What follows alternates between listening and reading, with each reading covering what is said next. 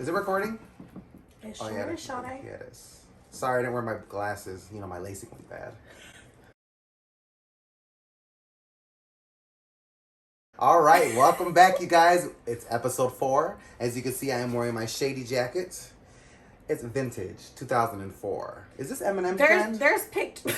I hope so. Right? I think it is. But there's pictures that prove that this is old school as fuck. I got a lash lift. I don't know if you guys can tell, but my lashes are curled. It's making you look so much more awake. And alive. Yes. Because I have these like really Mayan lashes that go like this. Same. So it's like really annoying. So thank you to Nayeli at AV Beauty. If you guys are interested, she provides lots of services, including lash lifts.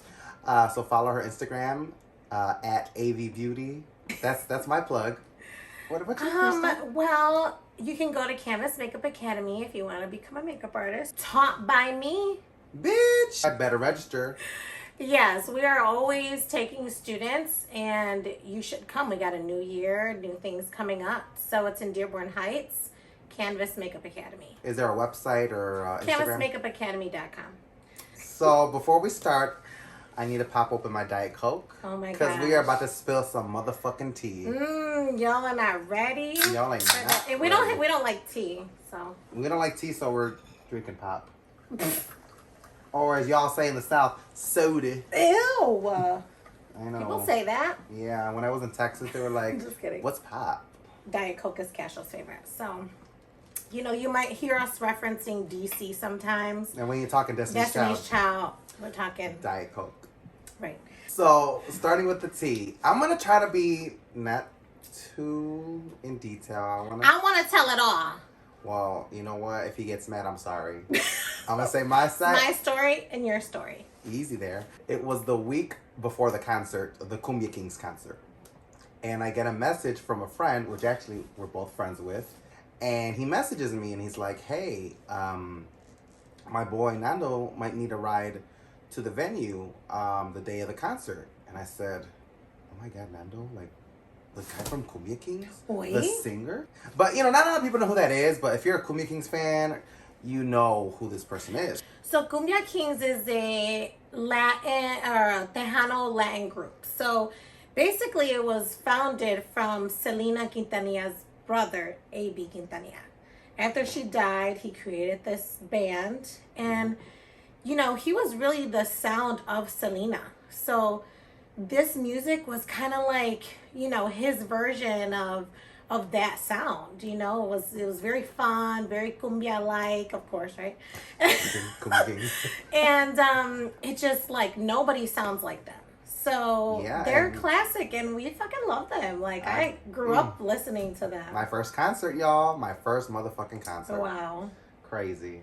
So fun. So we were kind of like, you hit me up. I don't even remember when, and you were like, want to go to the Kumbia Kingz concert? And I was like, yeah, like that sounds fun, And then you bought us the tickets. I sent you the money, and then before you knew it, it was like the week of. Yep. And then. So he hits me up, and I'm like, sure, I'll do it. And me, I did it just because I was like, oh my God, I get to meet this guy that's in this group that I've always loved. It wasn't about money. It wasn't about trying to get anything out of him. I told him I'm down. And then I don't hear anything. It's like the day before the concert and still nothing. So then finally I hit up Nano and I'm like, hey, what's up with your boy? I thought you gave him my number. Why hasn't he hit me up? Like, if he needs a ride, because it's today that he needs a ride, he should have called me by now. But artists are so unorganized. Yeah, and if you don't have a manager or anything like that, I mean, if you're not that big and it's just you, yourself, and you, then fine, I get it.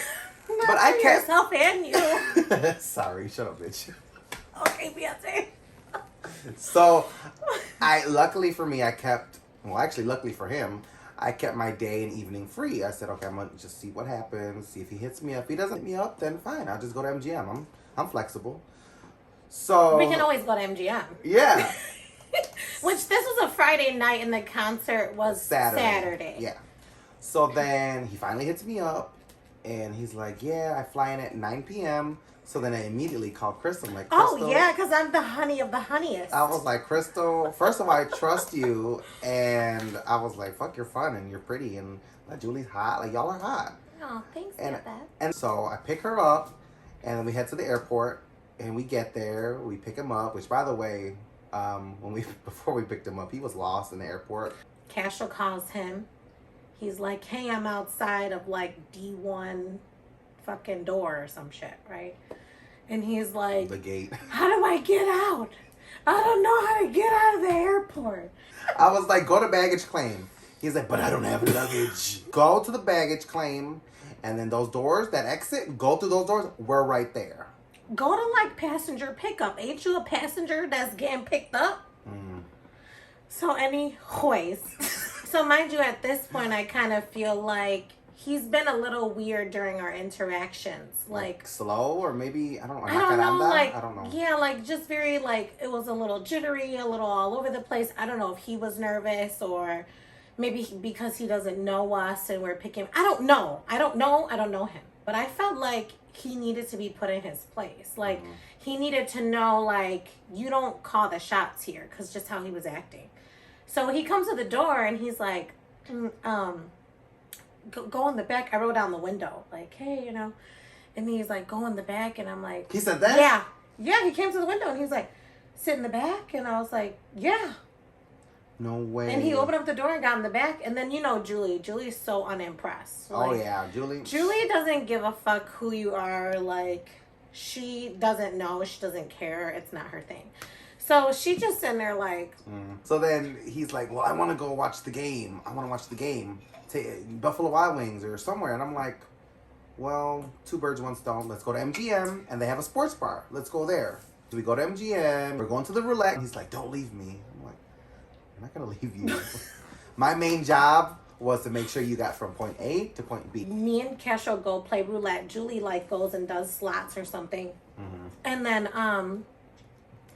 what did he say? He called you and he was like, do they think I'm cute? They think I'm ugly, huh? I'm like, it doesn't matter. We're just here to chill. And then Kesha goes, they think you're fine, bye. And I was like, I'm ready to go. Like, the game is still going on. He's like, I want to see the Astros win the World Series. World Series Astros. And I'm just like, look. He was just like, I don't know. Obviously, he's not from here. He doesn't know us. I don't know what kind of women he's around. But, like, I think he really wanted us to be groupies. Yeah. And we just were not. Like, you're not Beyonce. And even with Beyonce, I mean, Beyonce wouldn't act like that, though. Beyonce is a different type of person. Well, yeah, of course. Beyonce knows how to leave the airport. And so the whole time I'm just looking at my watch. I'm like, I don't have a watch. But I'm looking at the time, and I'm like, come on, it's getting late. It's 11. It's 11:30. Yes. Club is jumping. I'm like, come on, we got to go. He's like, one more. So finally, the game finally ends. It's like midnight. I'm like, we got to go, Nando. It's late. I got to drive 2.5 hours to drop you off. Mm-hmm. He was like, it's 2.5 hours? Nobody told me it was 2.5 hours. They said it was an hour. I'm like, they lied to you. And I've been telling you from the beginning, hey, Mount Pleasant is 2.5 hours away. Then we gotta go. Yeah, no shit. We've only been telling you that since we picked you up. And then he's like, I have $1,200 shoes and $3,000 shoes. But then when we were at the bar and we were ordering drinks, he had one foot on top of the other. And I was like, this is not a man who owns $3,000 pairs of shoes. Like, who does that? Oh, that vision of him with his foot on top of the other. Oh, my. Oh. I was like, oh, hell no. No. Mm-mm. I no puedo yo. Another thing that was, like, giving me, like, weird, like... Because when Casho was texting him before we even picked him up, he was like, where are we going? I don't go to no gay bars or something like that. Yeah. Like, I'm a gangster. And then Casho goes, me too, with the knife emoji. El Matador. First of all, why the fuck would I take you to the gay club, bitch? I would not take you there. Why is it that straight people always think we want them? We don't want you. You can barely wipe your ass. Literally. We don't. Straight men always be like, oh, there's a gay guy around here. Let me hide my asshole. First of all, ain't nobody want to deal with no skid marks. Everybody has standards, and you're not one of them. Mm-mm. I was like, let's go. It's midnight. The game was over. And then you and Julie were like, let's have another drink. I was like, no, we got to go now. Because if we don't go By now, this time, we had a lot of Hennessy long pours, and we were ready for more. I was ready. I mean, I had one, and that didn't help with my anxiousness. So I was like, let's just fucking go. Yeah. So we go, we get in the car, and then in the car, he was all right. He was playing some of his Kumbia Kingz music. It was funny. Which, by the way, I won a Grammy for Boom Boom Live. I'm like, okay, cool. He kept like trying to convince us that he is like better than anybody else. Like, I have a Grammy. Frankie J don't have a Grammy. I'm like, He said that? yeah. Don't you talk about my boy Frankie J though. That's my boy. And he wanted us to stand so bad. And I'm like, sorry, like we're not the type. We're not that type. So then we drop her off, and then it's me and him, and then we're just driving. And the ride there, he was cool. It was a cool drive. He ended up letting me DJ, so I'm like singing all my bad karaoke songs in the car. I'm singing fucking Barely Breathing. Oh God. Nelly and Brulia Torn, and he was just like in his own little world. I think he fell asleep. I'm like, shit. If I'm gonna be driving 2.5 motherfucking hours, I'm gonna listen to what I motherfucking want. Mm-hmm. So then we stop at a gas station by Mount Pleasant, and he gives me $100. He's like, here you go. I was like, okay. I wasn't really expecting anything, so I'm like, $100? Fine, whatever. It's fine. So then go, and then we get there, drop him off, and I'm like, fuck it, I'm at the casino. I'm going to gamble. So I go. Of course you did. I played with the $100 that he gave me, and I nearly lost it, and then boom, I won another 100, so I was up to 200. I'm like, shit, let's go. I'm out of this bitch.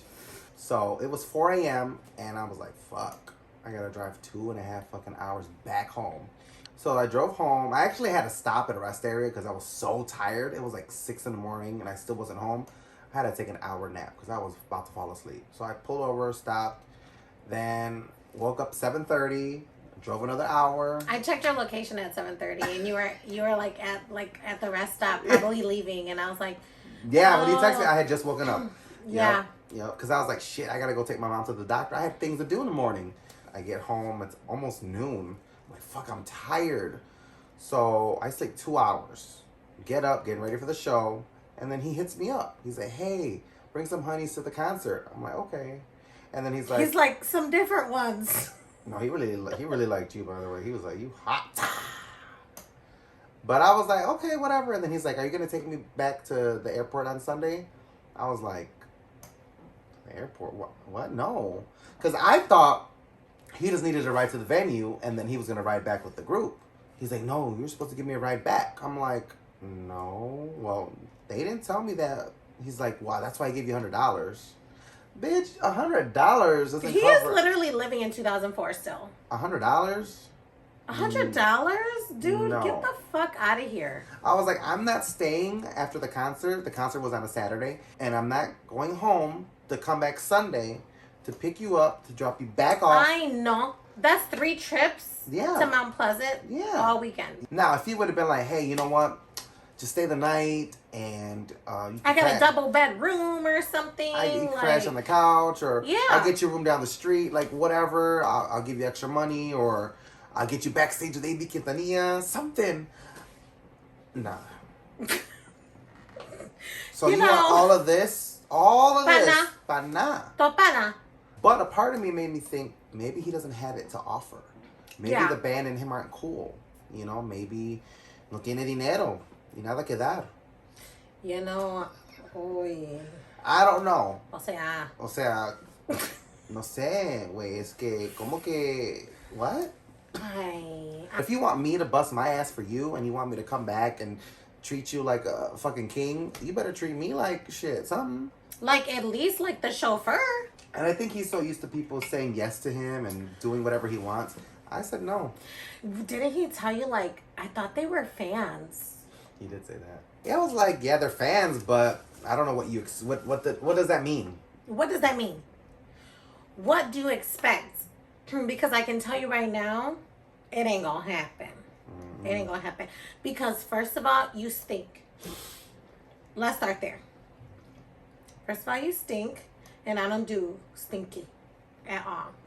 And then the killing part about it all is that he had the same outfit at the concert the next day. And it's crazy because I went to his Facebook that day and I saw that he did sound check And he was wearing the hat that I gave him. Remember that? Yes, you gave him the Houston hat. The Houston hat. Because he had asked me before I picked him up, he's like, can you get me a hat? A black hat. And I'm like, I don't have any black hats. Like at 9 o'clock at night? And the mall is closed. Like, I can't get you a hat right now. So I had this hat that I got from Houston back in 2015. It's like all black with green, like green neon. It's at Houston.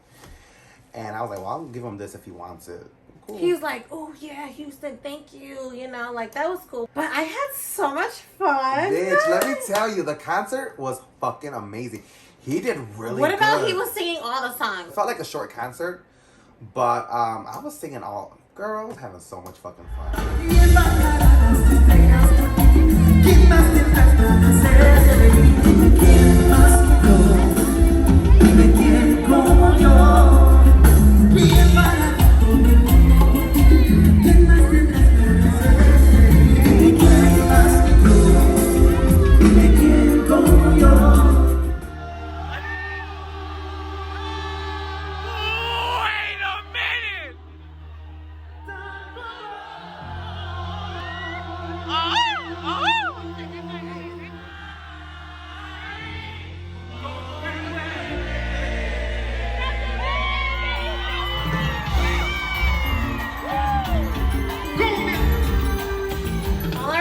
That Stephanie, she kept saying when her drunk ass.